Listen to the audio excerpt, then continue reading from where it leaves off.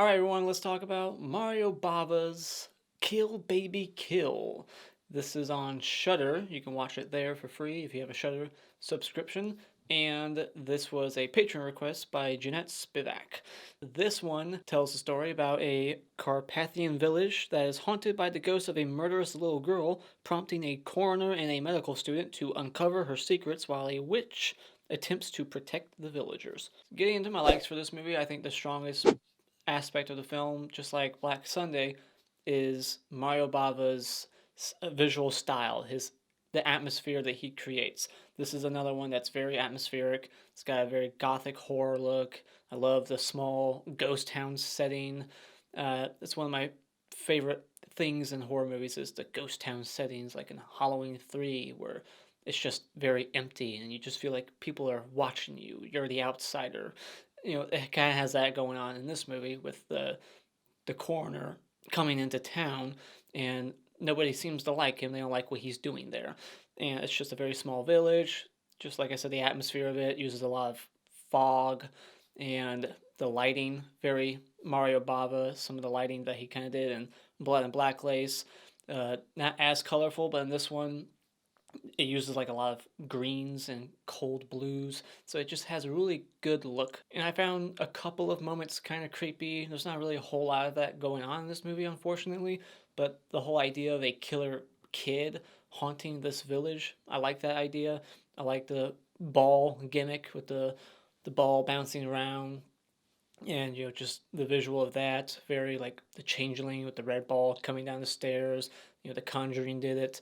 Is this the first horror movie to have a bouncing ball? And this is a very short runtime. It clocks in at like 85 minutes. As for my dislikes for this movie, the character of Ruth the Witch, I think she has some of the just worst dialogue in the movie, just very hokey and very exposition heavy. This is a very exposition heavy movie when it doesn't really need to be because it's such a simple story. And me personally, watching this movie, I just didn't feel hardly any suspense, no thrills. There wasn't really a whole lot of creepy imagery throughout. It had the good atmosphere, but there should have been more stuff happening.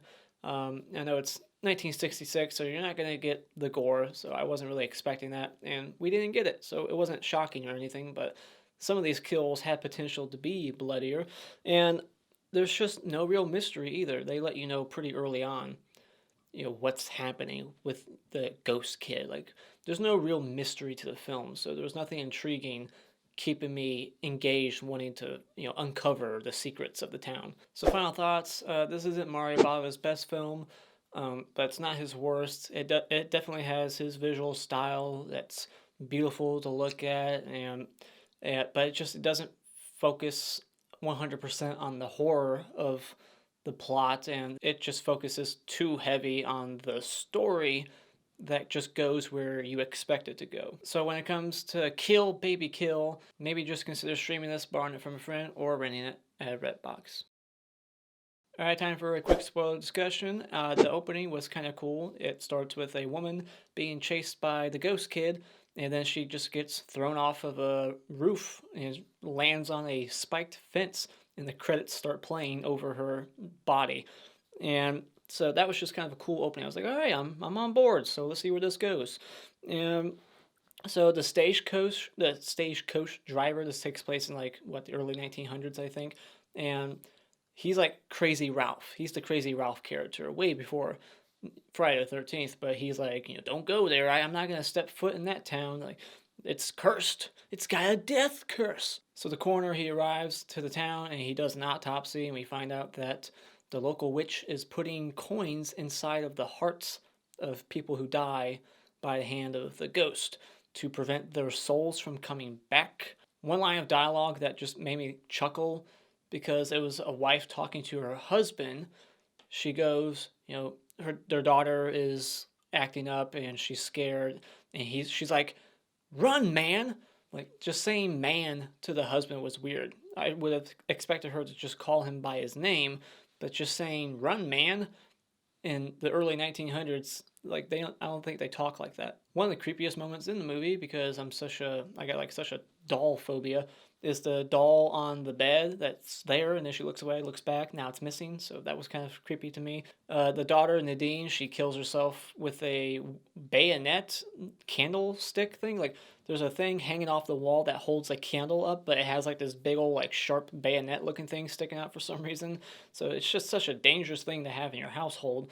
And she just walks up and just slams her neck up against it. We don't see it, but that's what happens. Then there's this whole like envelope that has like a secret about the main girl in the movie, and I predicted what that was going to be. It seemed kind of obvious that she was going to be like the sister of Melissa, or that one chick at the castle, or whatever, Miss Graps. I think that was her name. Like, that she was going to be like related. So I saw that coming, but it doesn't really hurt the film. But I was just like, oh, okay, I see where this is going. And the envelopes burn, so they're like, what did it say? What's the secret? And, Carl, he gets sickled. We get like an interesting Dream Master scene, Nightmare on Elm Street 4, where there's like a loop. He just keeps going through the same door and like comes out the other door, so he's like in a forever just loop.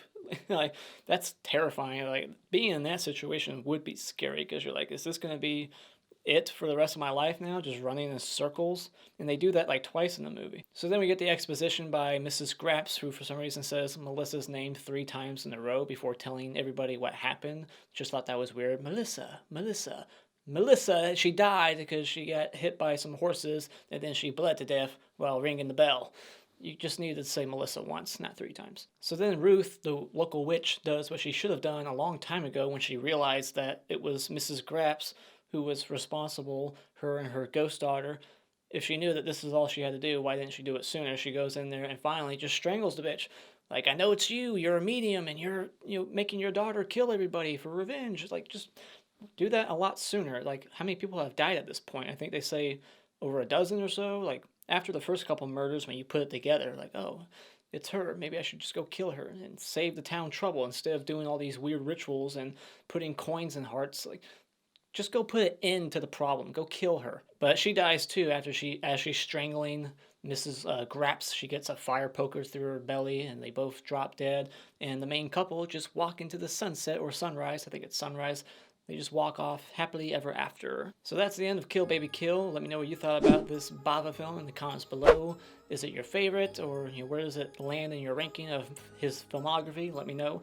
And as always, if you like what you've seen here, you can hit this like button and become a subscriber today just by clicking on my cartoon face in about 5 seconds. And remember, it's just an opinion. You don't need to get butthurt about it.